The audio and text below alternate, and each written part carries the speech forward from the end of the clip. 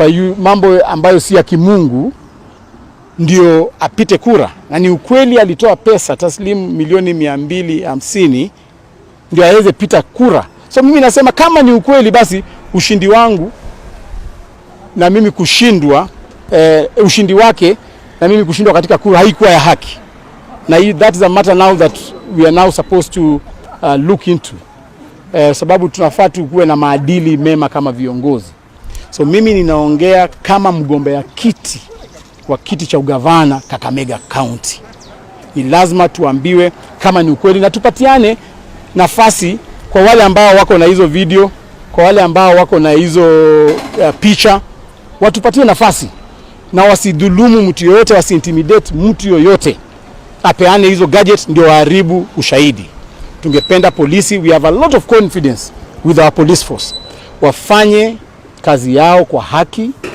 Mtu yoyote asiwashurutishe kitu yote. Kesi hii iishe kama tunajua nini nafanyika. Na mwisho tungependa kuitisha gavana huyo akuje aandike statement.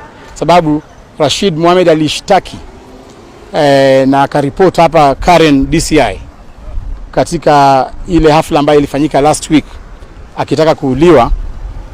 Mpaka leo hawajaita the accused kuja kuandika statement. Tungependa Hon Barasa akuja aandike statement, because this is a matter that is touching the life of our leader and the leader of the people of Kakamega, pale Mumias West, Rashid Mohamed. So tunataka tu haki ifanyike, wasidhulumu gavana na wasidhulumu Rashid Mohamed, sababu wote ni watoto wetu, lakini paka ukweli usemekane.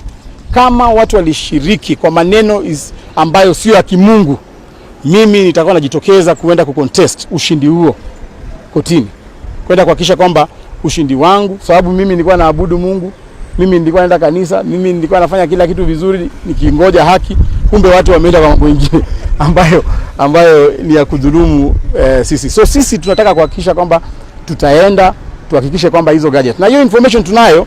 Mkidhania mnashika Rashid Mohamed ati kwa sababu ako na gadget ambayo iko na hiyo information, we want to tell you that information we have it in different gadgets in Kenya. So mtashika watu ngapi ndio hiyo information itoke? So huyo gavana kuja ajibike.